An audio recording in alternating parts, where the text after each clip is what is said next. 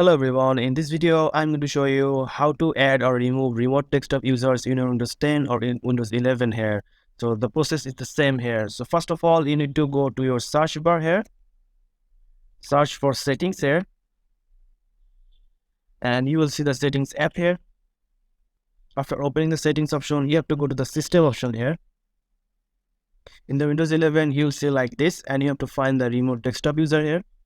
And Windows 10, you have to scroll down and also find the remote desktop user here. Click on remote desktop here.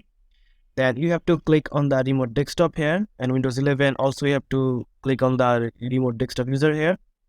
So just click on select user, and as you can see, here is your list here, so you can add or remove here. So if I just click add here and just add a user here, everyone, just click check names and okay. And as you can see, I have added remote desktop user here.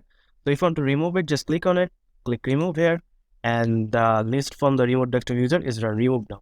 So that's it guys, this is how you add or remove remote desktop user from Windows 10 or Windows 11 here. So if you found this video helpful, please subscribe to this channel and thank you for watching.